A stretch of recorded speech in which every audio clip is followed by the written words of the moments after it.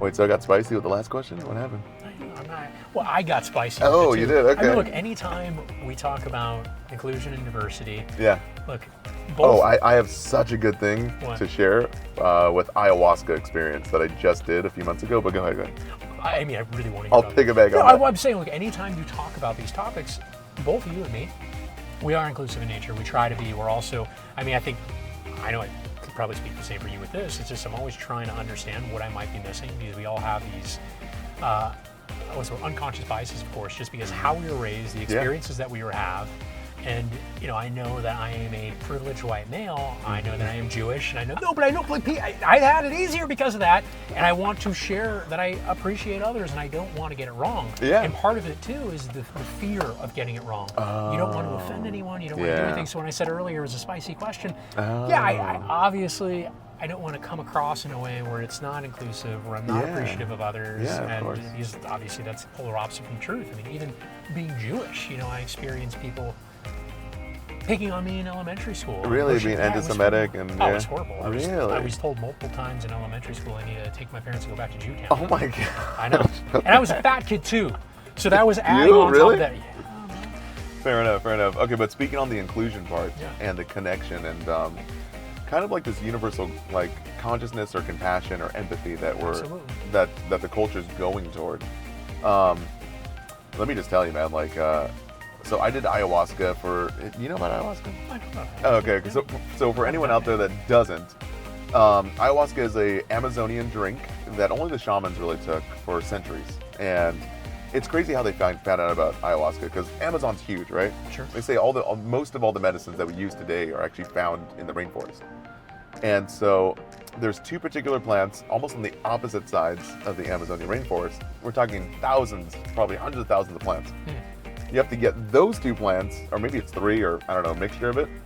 The moral of the story is to get all those and to mix it in a certain way releases DMT in the body, which you only make twice in your life. So once when you're born and once when you die. And so, yeah, when people have this out-of-body experience, or these near-death experiences, they're likely experiencing the DMT release. And they think that's heaven. And they think that's heaven. It's presented as like a white light, or they had this out-of-body experience.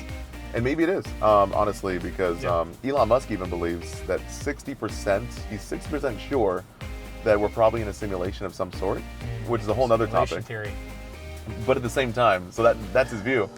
And he's probably one of the smartest guys alive. But the moral of the story is, when I did ayahuasca,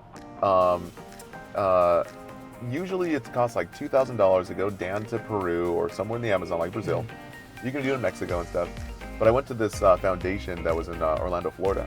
Yeah. And it was really cool. 3 days, it was $800.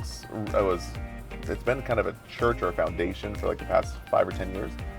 The founder of it did ayahuasca for 90 days straight, every single day. Yeah, I don't know if that's good, but I don't know. I mean, was he essentially drooling on himself during the conversation, or what did that look like? Was he coherent? Yeah, so I don't think he was there, but he was one of the founders that found this foundation.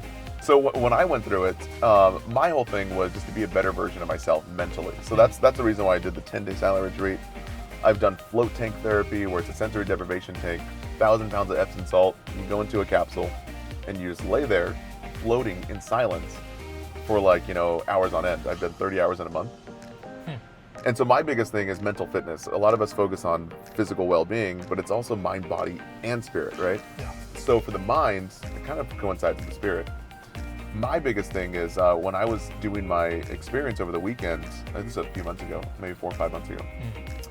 Man, it was weird. I felt, probably on the second day or third day, just this sense of interconnectedness with every single human. And it almost felt like this, it almost felt like God's hand, this consciousness, was like putting himself into a glove. And every person on earth is one of those fingers. We were all connected to this true source energy. And this is when you were in the float tank?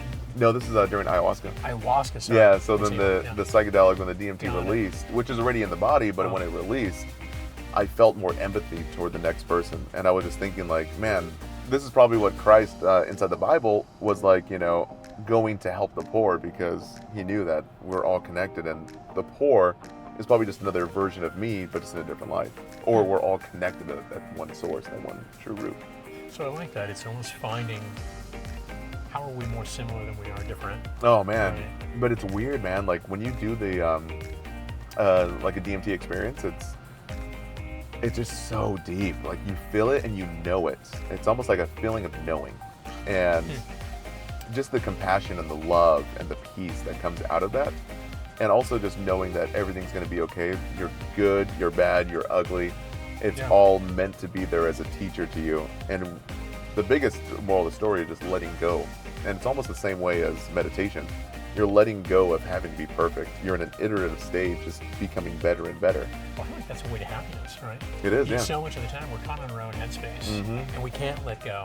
And a lot of times we assume negative intent. Yeah. You know, we were talking earlier where you were saying, hey, the guy who cut you off on the freeway, what you want to do is, you know, show him some middle finger action. Yeah, and yeah. You want to go in that direction.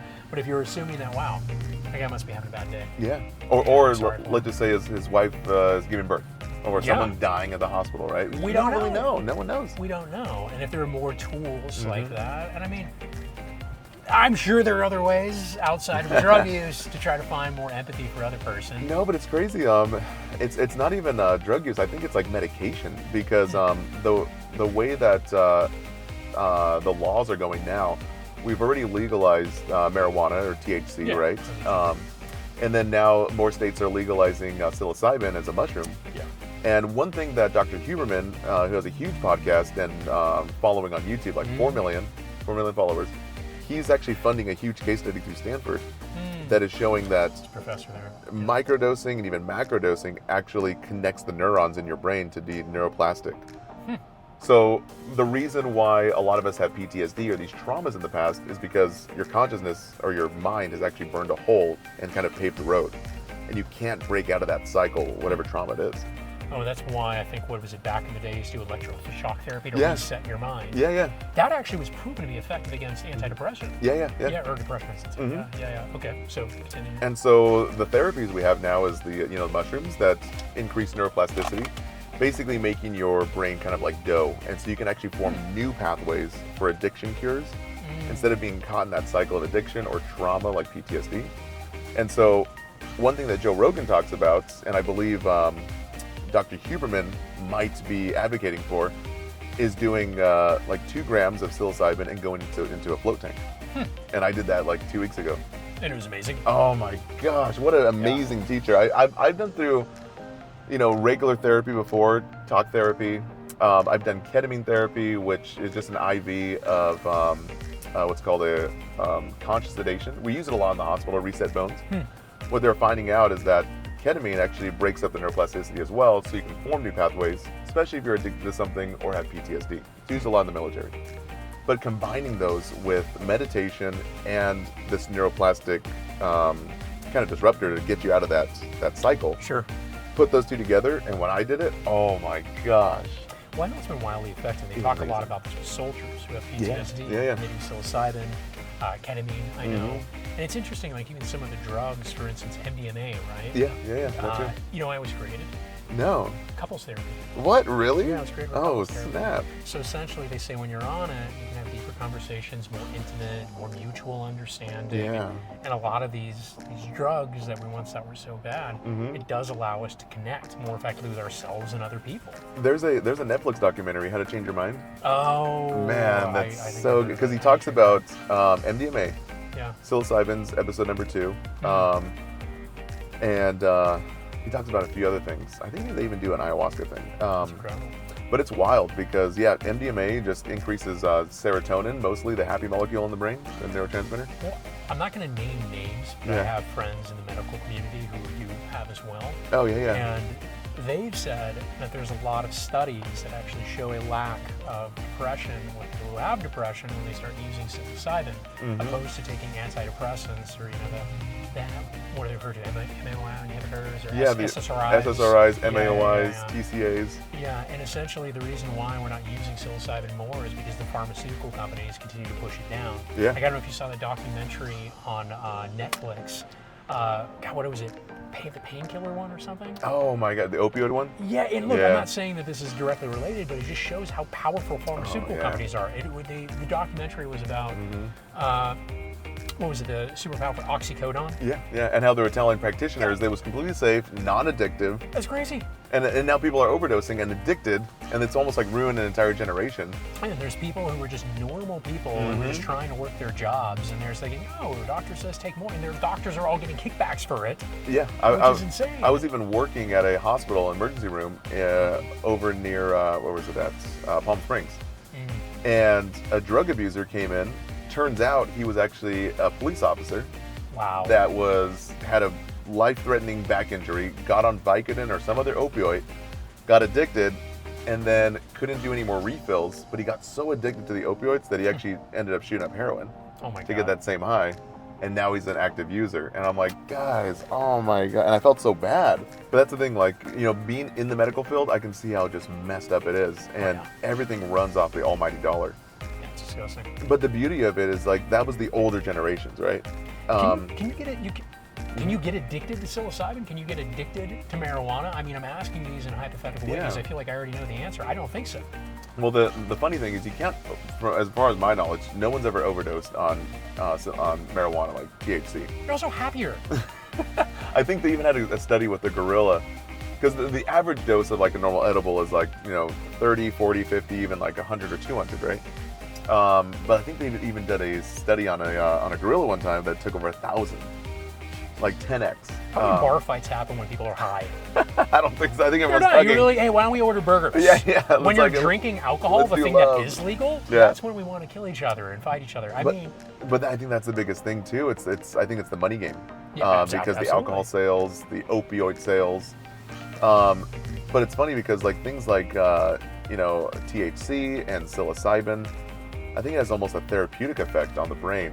I agree.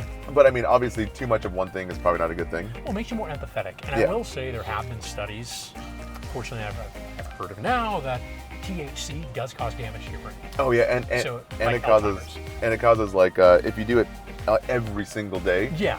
It causes what's called decrease in REM sleep and deep sleep. So you actually get micro sleeps throughout the day, and you're just like nodding off sometimes. And that's why CBD is the opposite. It actually helps you do the deep sleep. And then I know you mentioned Huberman. Huberman actually found that essentially when you were an active marijuana user, every day would fit in this protocol, it actually changes your dictation. Wow. So it makes you elongate certain words. Okay. So for instance, I might say, hi, my name is Alan, opposed to someone who might be a marijuana sleeper frequently, and look, this might be an exaggeration of the truth. Hi, my name is Alan. Want some pizza, bro? Yeah, what's up, my man? Skadoosh, my man. Yeah, skadiddly-doo. Why do you keep on talking like that, then? No, I'm kidding. I mean, hey, I plan to do it when I get home. But that's what I mean. Like, I like alcohol, even though it's not the best. It's a poison to your brain. But I mean, how many times you're at a work conference? Let's go for a drink, right? Communicate. Yeah, it's not like I'm gonna have it. Conversation. But I think that's the biggest difference too. It's like you can use these substances, but I think psilocybin as a medicine, to use it intentionally, I've used it in the past at like festivals and gone to the beach and been in nature. But the best way they're showing to use psilocybin, or really any psychedelic, is you want to block out the world. And this was actually mentioned in the Netflix documentary. You want to do an internal journey because the medicine will actually fix any blockages and kind of make your cognition and your neuroplasticity just be very pointed. And that's why a lot of people, especially Elon Musk, is doing microdosing 3 days a week. Wow. And they do like 100, 200 milligrams.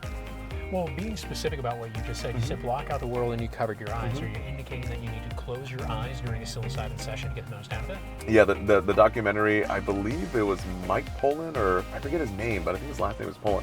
It was based on a book, and they turned it into a Netflix documentary. And they're doing studies at Johns Hopkins University and a few other big universities, medical hospitals, and they're showing every single one of their patients that they've actually shown gone through it.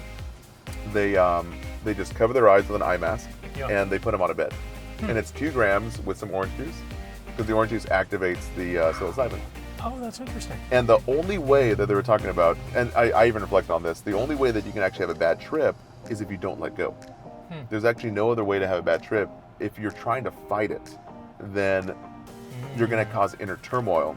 And the moment you let go and let flow, that's how you kind of get into this flow state, and you're releasing blockages. And I'm going through a book called The Untethered Soul. Yeah, I read it. That was so good. And then there's an additional book called Living Untethered. And And man, that book is like a how-to guide. It's basically talking about everything we're talking about now.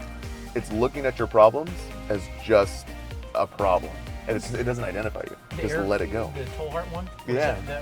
No, that's not Untethered Soul. There's another one. Untethered Soul was something else. Untethered Soul is I forget his name. No, but there's one that Eric Tollhart did, and that's, I think, isn't that the most well-known one or something? I can't remember the name of it though. Oh, it was I don't know. Yeah, I know what you're talking about.